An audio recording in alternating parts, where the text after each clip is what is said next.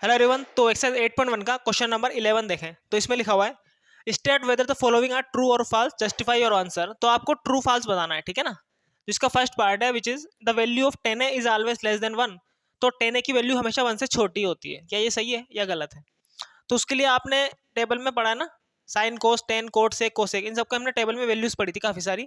तो 10 0 की वैल्यू होती है 0, 10 30 की वैल्यू होती है 1/√3, 10 45 की वैल्यू होती है 1 और 10 60 की √3 और 10 90 की इनफाइनाइट वैल्यू होती है, ठीक है।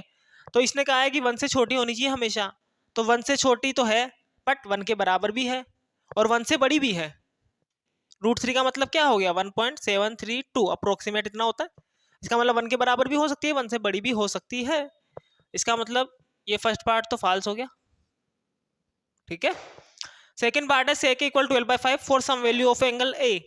तो एंगल ए की कुछ वैल्यूज के लिए सेक ए बराबर 12/5 हो सकता है। तो इसको भी चेक कर लेते हैं। तो सेक ए इक्वल 12/5। अब आपको पता होगा कि जो सेक है वो किसके बराबर होता है, हाइपोटेनियस अपॉन बेस लिख सकते हैं इसको। अब किसी भी ट्राइंगल में ऐसा तो पॉसिबल है कि अगर हम इसको एंगल ए मान लें तो हाइपोटेनियस 12 हो जाए और जो बेस है वो 5 हो जाए। हो सकता है ना, ऐसा पॉसिबल है। हाइपोटेनियस बेस से बड़ा होता है, ऑब्वियसली हाइपोटेनियस बेस और परपेंडिकुलर दोनों से बड़ा होता है, ठीक है। तो ऐसा पॉसिबल है, तो ये ट्रू है। तो इसका जो थर्ड पार्ट है वो कह रहा है कि cos A is the abbreviation used for the cosecant of angle A।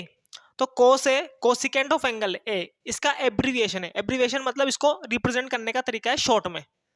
तो इसको समझने के पहले आपको कुछ चीजें पता होनी चाहिए। तो सबसे पहले तो जब हम लिखते हैं साइन A, तो हम लिखते हैं तो साइन A बट इसकी जो फुल फॉर्म होती है वो ये होती है साइन ऑफ एंगल A, ठीक है। इसको हम शॉर्ट में रिप्रेजेंट करते हैं साइन ए से, यानी कि ये इसका एब्रीविएशन हो गया, दैट्स इट। इसी तरीके से कोस ए की फुल फॉर्म होती है कोसाइन ऑफ एंगल ए।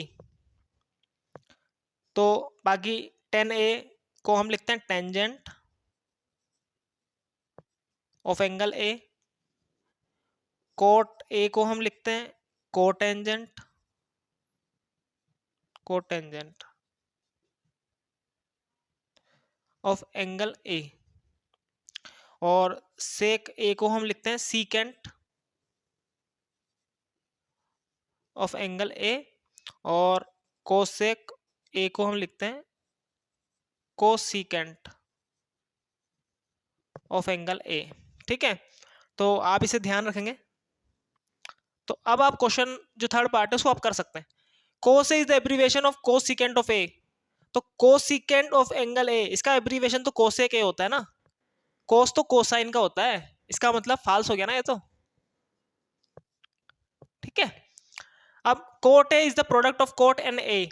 अब अभी हमने कहा कि जो कोट ए है वो कोटेंजेंट ऑफ ए, इसको शॉर्ट में रिप्रेजेंट करने का तरीका है, ठीक है।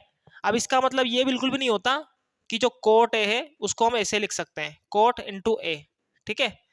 कोट की अपने आप में कोई इंपॉर्टेंस नहीं है। को टेंजेंट ऑफ एंगल ए ये पूरा एक टर्म है, ठीक है। तो ये इसको शॉर्ट में रिप्रेजेंट करने का तरीका है, इसका एब्रीविएशन है। इसके अपने आप में कोई इंपॉर्टेंस नहीं है, अलग अलग कोई इंपॉर्टेंस नहीं होती है। तो ये फाल्स हो गया। Sine theta equal 4/3 for some angle theta. अब साइन थीटा की वैल्यू 4/3 पॉसिबल है या नहीं है थीटा की किसी वैल्यू के लिए। तो उसके लिए फिर देखें, साइन थीटा को हम क्या लिखते हैं परपेंडिकुलर अपॉन हाइपोटेनियस। अब इसने कहा है कि 4/3 होना चाहिए।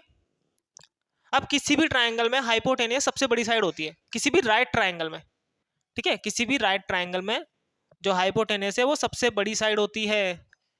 अब यहाँ पर अगर हम देखें तो हाइपोटेनियस 3 परपेंडिकुलर 4, तो हाइपोटेनियस तो छोटा हो गया ना। अगर हम इसको ऐसे भी माने परपेंडिकुलर इक्वल टू 4k और हाइपोटेनियस इक्वल टू 3k, तो हाइपोटेनियस तो परपेंडिकुलर से छोटा हो गया, बट ऐसा तो पॉसिबल है ही नहीं। इसका मतलब ये भी फॉल्स हो गया, ठीक है। तो ये आपका एक्सरसाइज 8.1 खत्म हो चुका है। तो अगर आपको इस एक्सरसाइज से रिलेटेड कोई भी डाउट है तो आप कमेंट जरूर करें। मिलते हैं नेक्स्ट एक्सरसाइज में, तब तक के लिए बाय बाय।